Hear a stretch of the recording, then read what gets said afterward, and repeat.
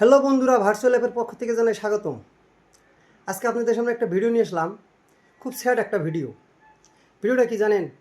কিছুক্ষণ আগে একটা নিউজ দেখলাম, নিউজ দেখা অন্তরের মধ্যে খুব খারাপ লাগছে। সেটা কি জানেন?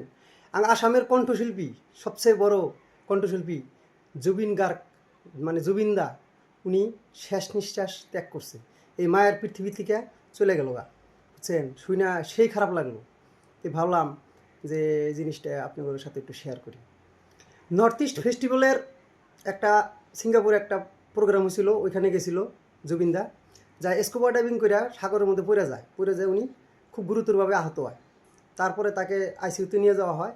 তো বহুতক্ষণ মরার সাথে যুদ্ধ করে লাস্টে মৃত্যুর কাছে হার মানে উনি এই মায়ের পৃথিবী থেকে চলে গেছে। তো খবরটা পাইয়া খুব খারাপ লাগলো। জুবিনদারে এরকম কোনো মানুষ নাই আসামের যে চেনে না, এরকম কোনো মানুষই নাই যে আসামের তারা চেনে না। তে অ্যাকচুয়ালি খুব খারাপ একটা খবর, খারাপ লাগলো অন্তরের মধ্যে যে শালার উনি 32,000-এরও বেশি উনি গান গাইছে, বিভিন্ন ভাষা, 40টা ভাষায় গান গাইছে। সারা অল ইন্ডিয়া, সারা ওয়ার্ল্ডের মানুষে তারা চেনে, সে অনেক একটা সেলিব্রিটি মানুষ।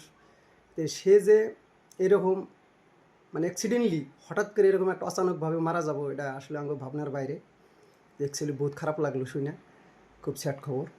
তো উনি জন্মগ্রহণ করছিল জোরহাটে, 18 নভেম্বর 1972-তে উনি জন্মগ্রহণ করছিল। আজকের ডেটে তার বয়স 52 বছর 10 মাস সামথিং, কয়েকদিন। তো উনি এই মায়ের পৃথিবী থেকে শেষ নিঃশ্বাস ত্যাগ করলো। তো আমরা চিরকৃতজ্ঞতা তার জন্য। সে অনেক কিছু দিয়ে গেছে মানুষের মাঝে। তো এই ভিডিওটা আপনারা পারলে বেশি বেশি শেয়ার করেন, যাতে মানুষে শুনতে পারে। তো উনি মারা গেছে সিঙ্গাপুরে। তো তার দেহ হয়তো কোন দিন আসামে আসবো সেটা জানা নাই। তবে নিউজ মতে খবরটা পাইয়া খুবই খারাপ লাগলো, মানে খুবই খারাপ লাগলো। মানে আচানক হঠাৎ করে যে এরকম একটা খবর পামো বলে আশাই করছিলাম না। তো এটা বহুত দুঃখ লাগলো।